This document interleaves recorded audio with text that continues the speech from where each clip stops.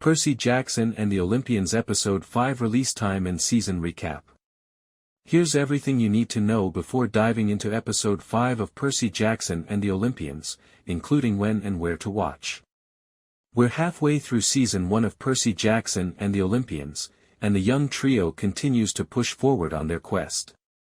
Percy Jackson, Walker Scobell, Annabeth Chase, Leah Sava Jeffries, and Grover Underwood, Arian Simhodri, have been tasked with finding Zeus' missing Master Bolt and returning it to empty Olympus before the summer solstice. If they don't, Zeus has threatened to unleash the full extent of his wrath and plunged the gods into a war. No pressure or anything.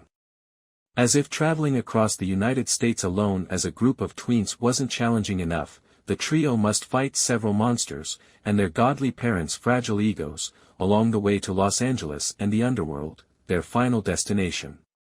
As we wait to see what's next for Percy, Annabeth, and Grover, here's what you need to know before diving into Episode 5 of Percy Jackson and the Olympians. When and where will Percy Jackson Episode 5 be available to watch?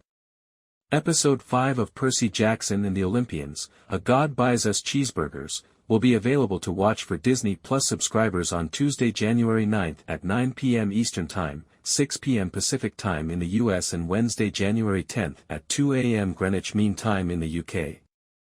Percy Jackson and the Olympians Episode 4 recap.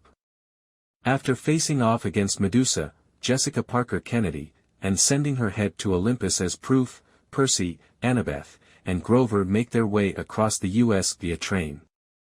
Unfortunately, they only make it as far as St. Louis before they're forced to fight an even more formidable foe, the mother of monsters, Echidna, Suzanne Cryer, and her newborn chimera.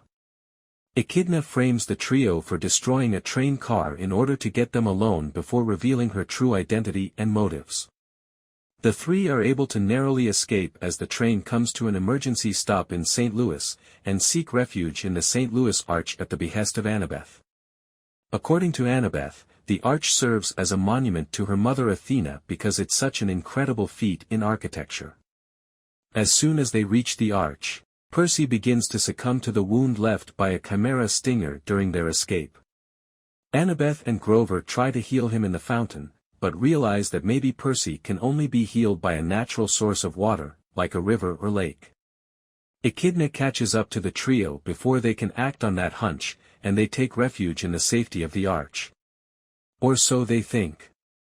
Embarrassed by Annabeth and Percy's impertinence in sending Medusa's head to Olympus, Athena lets Echidna and the chimera enter her domain and leaves her daughter to fend for herself. They make their way to the top of the arch and pull the fire alarm to clear any innocent bystanders. Annabeth urges Grover to take the still poisoned Percy back down while she fights off Echidna, but Percy pulls a switcheroo and locks Annabeth and Grover in the stairwell and out of harm's way. Percy tries his best to fight them off, but finds himself careening to his death from the top of the arch. As he falls, a stream of water erupts from the river and carries him to safety. A Nereid awaits him in the river's depths and tries to calm Percy, urging him to trust in his father and the abilities granted. Please share and subscribe my channel.